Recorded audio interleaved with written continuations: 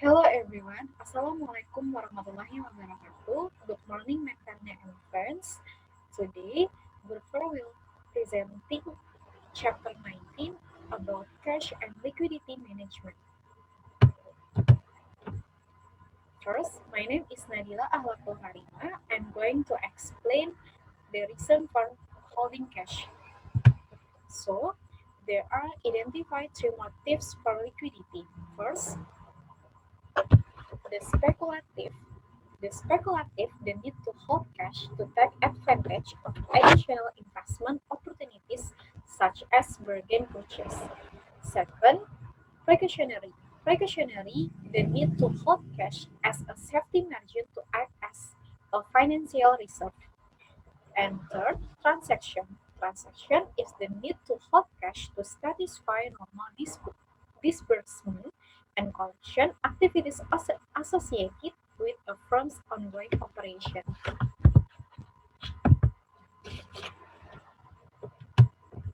The next discussion is about compensating balance.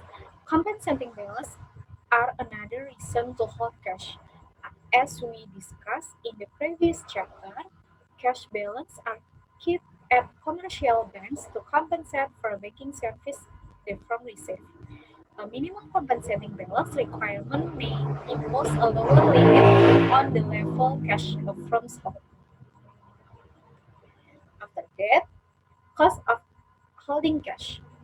Why would a firm hold cash in excess of its compensating balance requirements? The answer is that a cash balance must be maintained to provide the liquidity necessary for transaction needs or paying bills. If the firm maintains too small a cash balance, it may run out of cash. If this happens, the firm may have to raise cash on the short-term basis. The could involve, for example, selling marketable securities or borrowing. Activities such as selling marketable securities and borrowing involve various costs. As we have discussed, holding cash has an opportunity cost.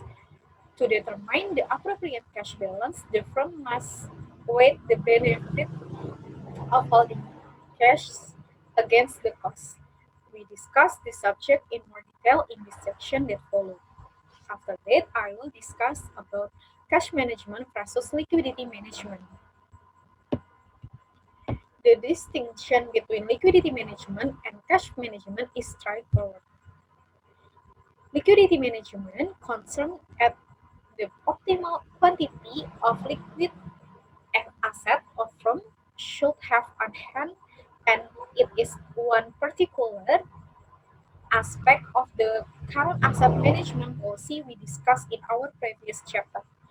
And cash management is much more closely related to optimizing mechanism for collecting and disbursing cash, and it is this subject that we primarily focus on in this chapter. Hello, I'm Rizky Amalia. We will continue to the part two about understanding float. First of all, float is the difference between book cash and bank cash, representing the net effect of checks in the process of clearing. Disbursement float is a float causing a decrease in the firm's book balance but no change in its available balance. For example, Patematek Bis currently has ₱1 million on deposit with its bank. On January 1st, PT Matekbis buys some raw materials and pays with a check for ₱1 million.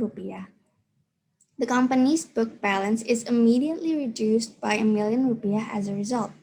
The bank, however, will not find about this check until it is presented to the bank for payment on, let's say, January 11th.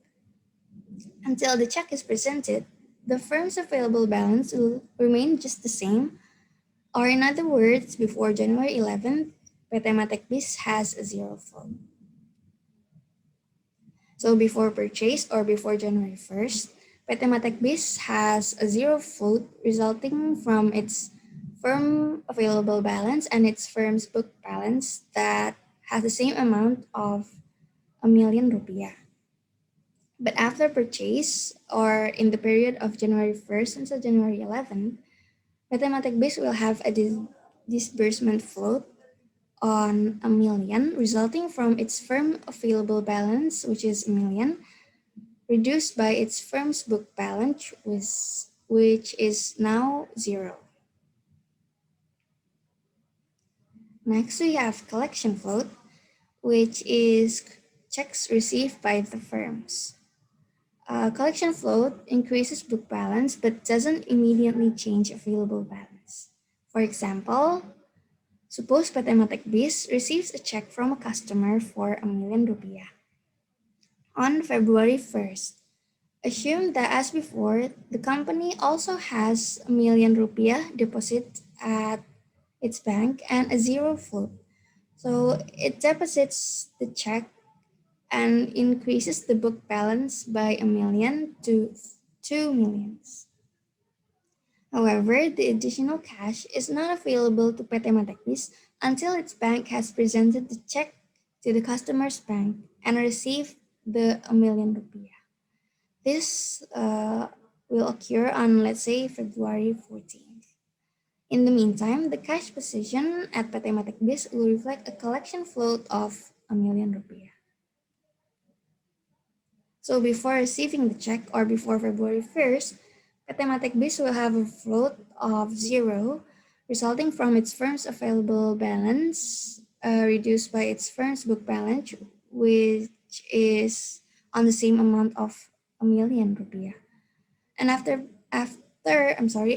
receiving the check or after the bank notice, or in the period of February 1st until February 14th, Mathematic Biz will have a collection float on minus a million rupiah, resulting from its firm's available balance, which is a million rupiah, reduced by its firm's book balance, which is now 2 million rupiahs. In general, a firm's payment activities generate disbursements float, but its collection activities generates collection float. The sum of the total collection and disbursement floats is the net float. If a firm has a positive net float, then the firm's disbursement float exceeds its collection float and its available balance exceeds its book balance. But when the firm has a negative float or a net collection float, so it means that the firm has a less available balance than the book balance. Yeah, hello guys, my name is Susi Fitriani. Now we will discuss about float management. Float management involves controlling the collection and disbursement of cash.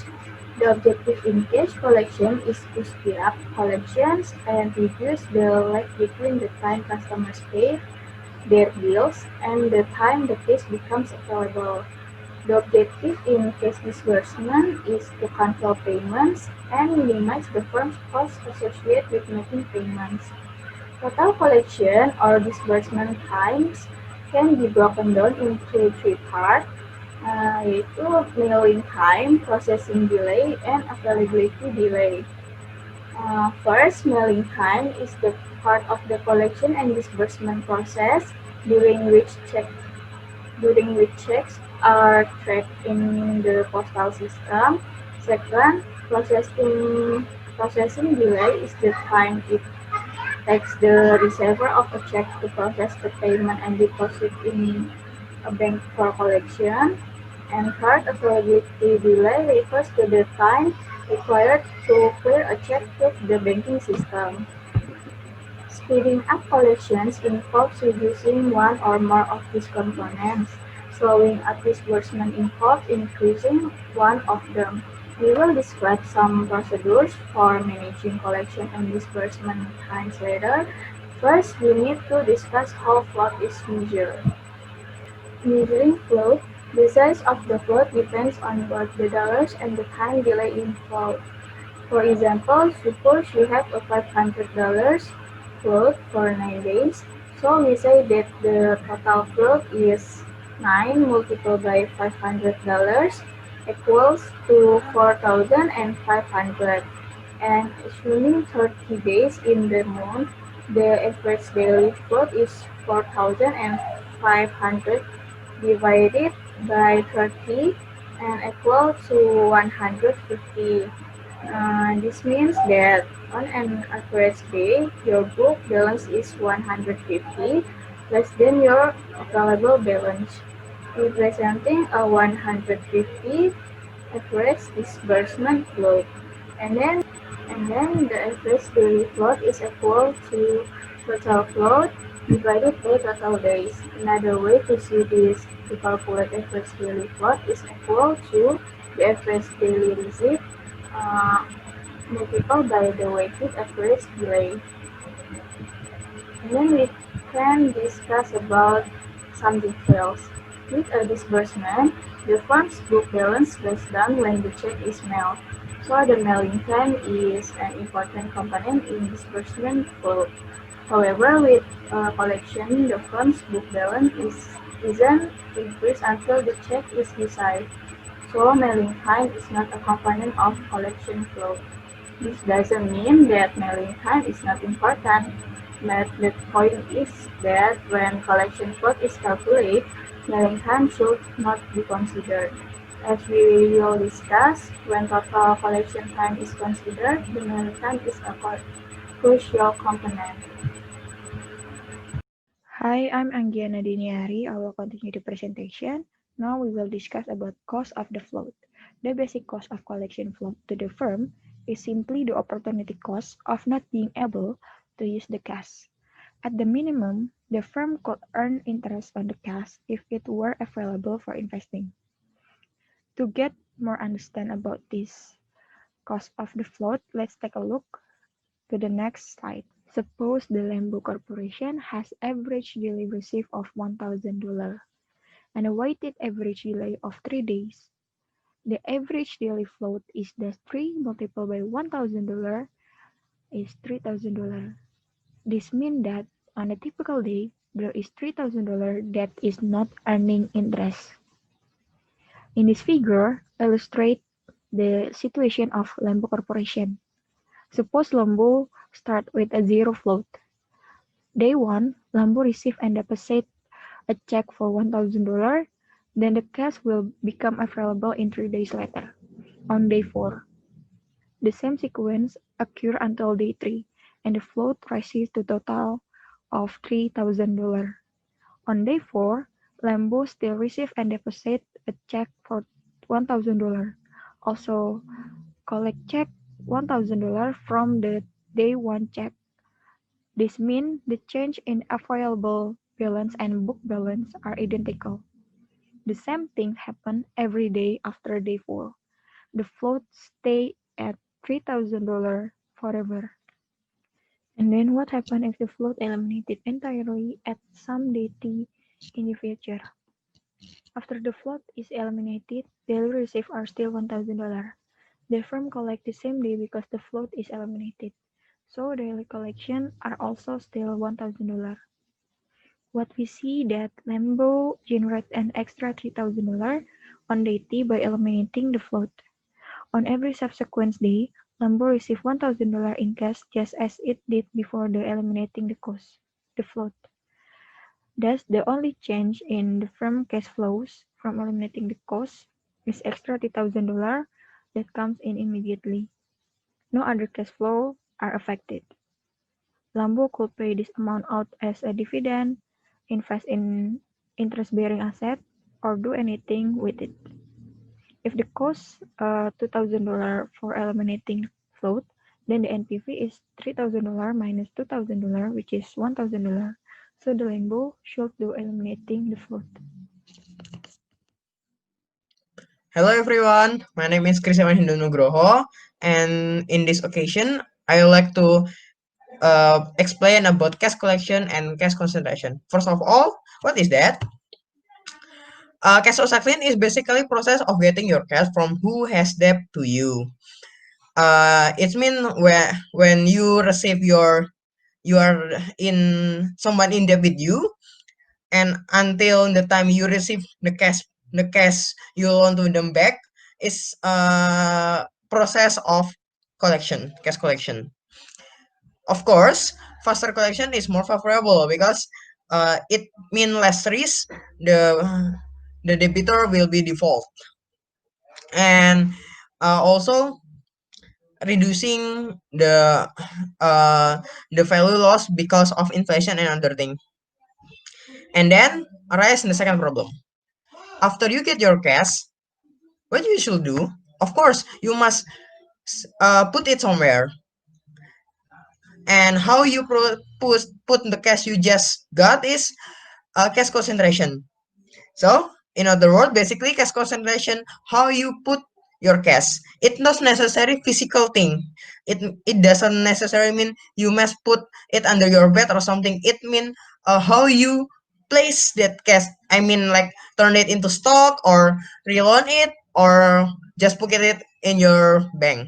Or more extreme way, just put it under your bed. I'm kidding about that. Okay, not like normal people do. Company need a procedure to do it. They not just dump it in somewhere in some box and bury it in the sand or something like that. They need a clean procedure to do it, clear and auditable. Okay. Uh, we will talk about cash concentration more, but first thing first, we will break down the cash collection process. Okay, cash collection time usually consists of three period. First, mailing time, processing delay, and availability delay. Ouch. I'm sorry. Uh, the collection time start when customer send you the money. Okay, or in this term, mail the payment. The time from customer mail until you receive the payment, the time between those activity are mailing time. Mailing time usually in this nowadays are pretty short. Like when you shop something on Tokopedia, the time when customer pay and you actually receive the money are quite fast. I mean like few seconds, but on of course depend on the connection time. And after you receive the payment, US company, I mean, we come at processing delay. Processing delay is the time you processing the money you just got from the customer. Like after Tokopedia have your money, they have confirmed that you already send your money and they receive the notification from the bank. They need to process it. I mean, like record it or something like that. Okay. Then after the whole paperwork are done, the company surely need to save it somewhere else, whether with usually a bank account, but you know some company do extra measure like owing their own bank perhaps, uh, or any kind of saving place. Then when the company deposit the payment, we are arriving at availability delay, or if you read your book, bank availability delay. This is the time when you deposit the money to bank and bank to process it, or not just bank necessary bank. Anyone you gave trust to hold your money, and the time they need to process the money are into availability delay. So basically, the time you need to the time from you deposit the payment until the cash available for you are the availability delay. This is a typical process time, but it doesn't necessarily like this. For example, if you eat at Solaria or some just local restaurant, maybe you will skip the mailing time because you just pay the money after you ordering your meal, or perhaps after you eat, of course. But for me, I usually mail paying first because I have some tragedy in past. Just for FBI. In your book, I'm sorry, in our book, we can say that mailing time is not eligible for over-the-counter transaction. Yeah, over-the-counter is fancy word for just pay your bill in the front.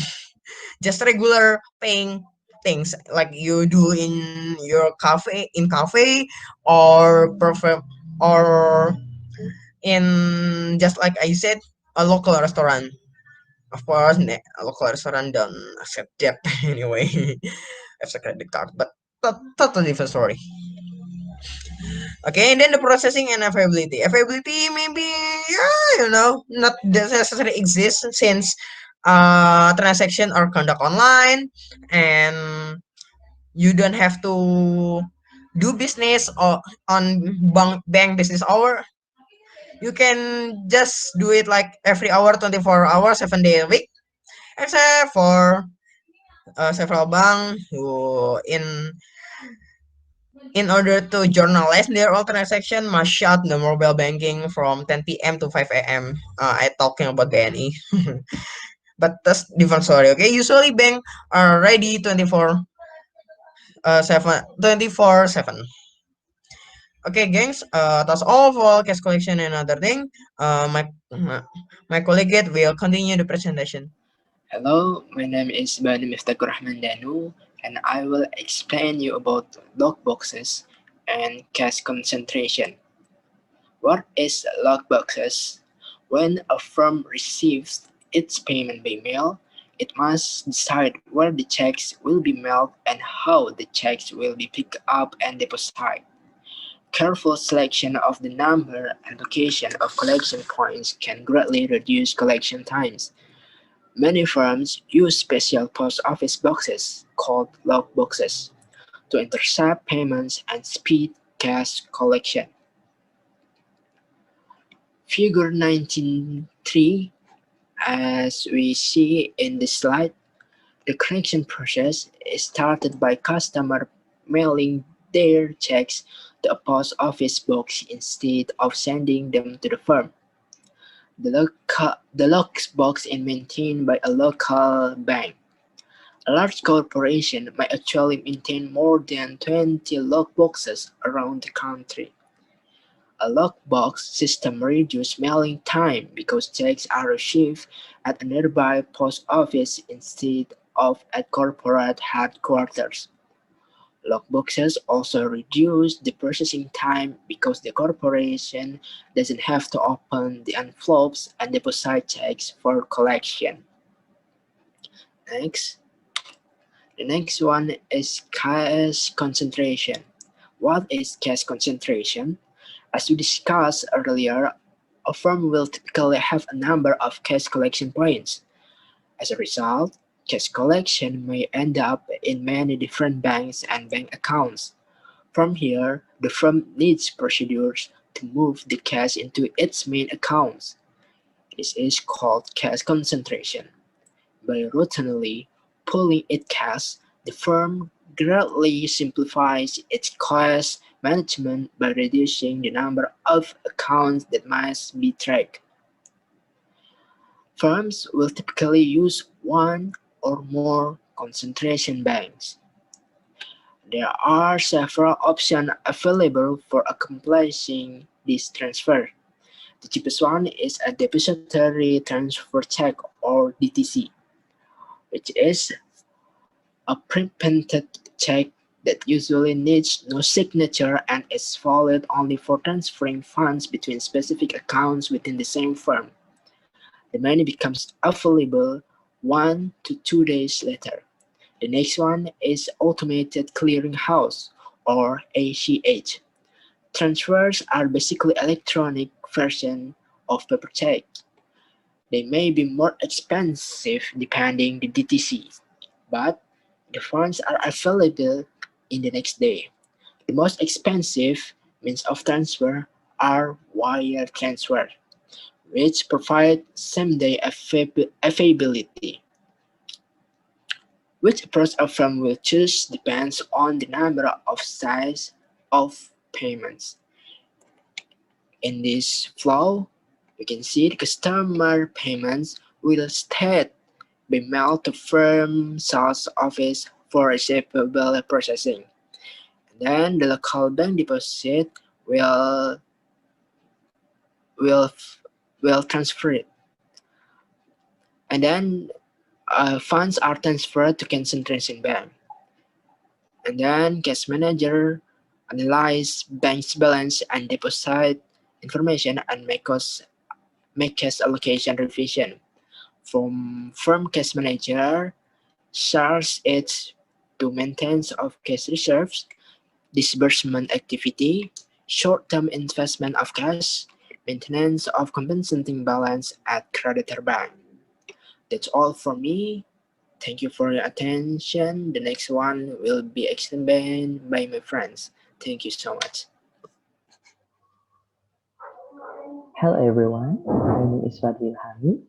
So, after we learn about cache concentration and logbook system, let's see how exactly the firm do when apply it.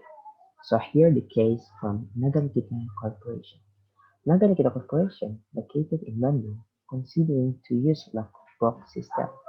Its collection delay currently 8 days. Besides Bandung, Jakarta is the city it will choose to do business. The proposed lockbox system will be located in there and operated by DKI Bank. DKI Bank has analyzed Nagarakita's cash gathering system and has concluded that it can decrease collection time by 2 days. Specifically, the bank has come up with the following information on the proposed lockbox system. First, reduce in mailing time by 1 day. Second, reduce in clearing time by half day. And last, reduce firm processing time by half day.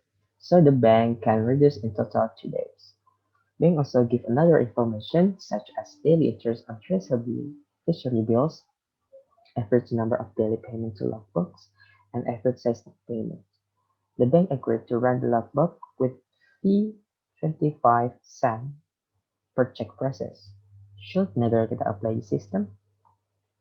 Next, we will look to the collection time. So in the first collection time is the old or the current collection time from Nagarkita Corporation, and the second one is the collection time that offered by the Kai Bank. So first, mm, how the firm will choose. First, firm determine the benefit of system. The average daily collection from Jakarta is $1.2 million. One bank can reduce the collection time by 2 days. The bank can release 2 multiplied by $1.2 million equals to 2.4 million with logbook system.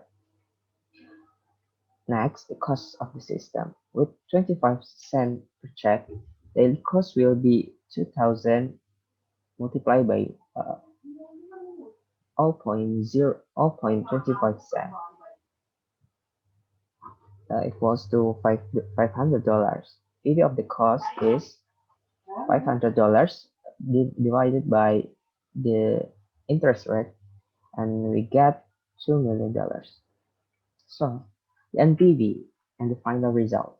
The NPV equals to benefit minus cost, and we get $400,000. Based on the result, Nagarkita should apply the lockbox system.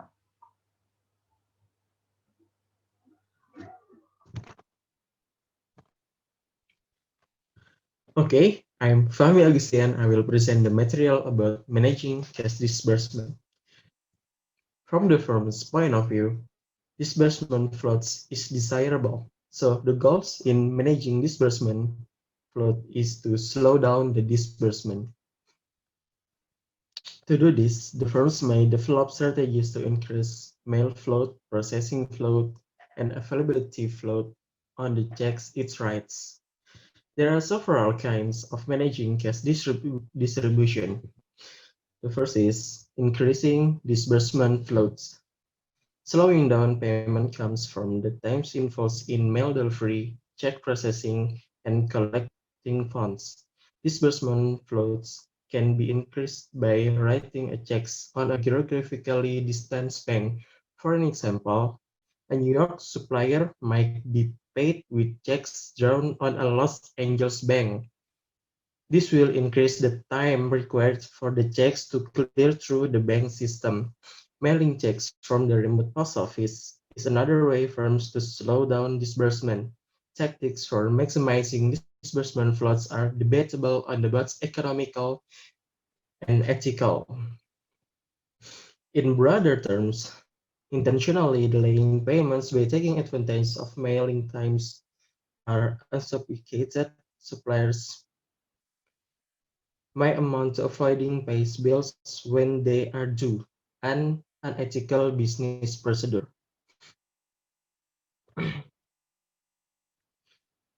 We have seen that maximizing disbursement flow is probably poor business practice. However, firms will still wish to tie up as a title cash as a possible in disbursement.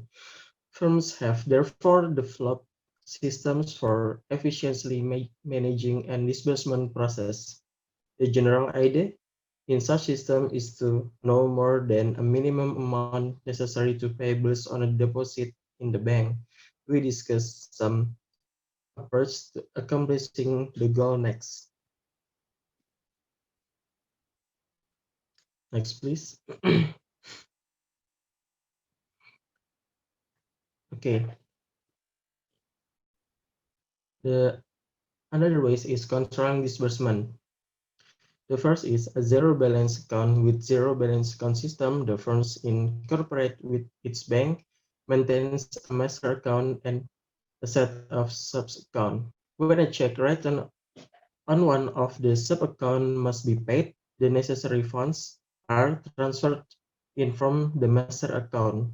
In this case, the firms maintains two disbursement accounts, one for supplier and one for payroll. In the firms does not use zero bank account, then each of these accounts must have a safety stock of cash to meet an anticipated demand. If the firms does use zero balance account, then it can keep one safety stock in a master account and transfer the funds to the subordinary account and needed. The key is that the total amount of cash held as buffer is smaller under the zero balance range, which frees up and to be used elsewhere. Second is control disbursement account, a disbursement account to which the firm transfers an amount that is sufficient to cover demand to payment. With a controlled disbursement account system, almost all payments that must be made in a given day are knowing in the morning. The bank informs the firms of the total and the firms transfers the amount needed. Thank you. My name is Putri. I will describe about investing either case. Investing either case is if a firm has a temporary cash surplus, it can invest in short-term securities. As we have mentioned at various times, the market for short-term financial assets is called the money market. The maturity of short-term financial assets that rate and the money market is 1 year or less. Most large firms manage their own short-term financial assets, carrying out transactions through banks and dealers. Some large firms and many small firms use money market mutual funds. These are funds that invest in short-term financial assets for a management fee. The management fee is compensation for the professional expertise and diversification provided by the fund manager. Among the many money market mutual funds, some specialize in corporate customers. In addition, banks offer arrangement in which the bank takes all excess available funds at the close of each business day and invest them for the firms. And temporary cash surpluses, firms have temporary cash surpluses for various reasons. Two of the most important are the financing of seasonal or cyclical activities of the firms and the financing of planned or possible expenditure. At the first, seasonal or cyclical activities, some firms have a predictable cash flow pattern. They have surplus cash flow during part of the year and deficit cash flow the rest of the year. For example, toys are used retail toy firms as a seasonal cash flow pattern influenced by the holiday season. Firms such as toys are used by marketable securities when surplus cash flow occur and sell marketable securities when deficit occur. Of course, bank loans are another short-term financing device. The use of bank loans and marketable security to meet the temporary financing needs is illustrated in figure 19.6. In this case, the firm is following a compromised working capital policy in the sense we discussed in the previous chapter. And planned or possible expenditure, the firm frequently accumulates temporary investment in marketable securities to provide the cash for a planned construction program, dividend payment, or other large expenditure. This firm might issue bonds and stock before the cash is needed, investing the process in short-term marketable securities and then selling the securities to finance the expenditure. Also, firm might face the possibility of having to make a large cash outlay. An obvious example would involve the possibility of losing a large lawsuit, and the firms might build up cash surpluses against such a contingency. And this is figure 19.6 about seasonal cash demands. Time 1 is surplus cash flow exists, seasonal demand for asset is low, and the surplus cash flow is invested in short-term marketable securities. And time 2 is deficit cash flow exists, and the seasonal demand for asset is high. The financial deficit is financed by selling marketable securities and by bank borrowing.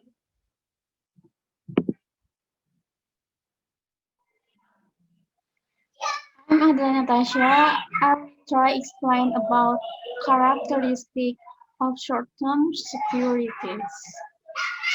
The most important characteristic of these short-term marketable securities are their maturity, default risk, marketability, and taxability. Maturity: for a given change in the level of interest rates, the price of longer maturity securities will change more than those of shorter maturity securities. As a sequence, firms that invest in long-term securities are accepting greater risk than firms that invest in securities with short-term maturities.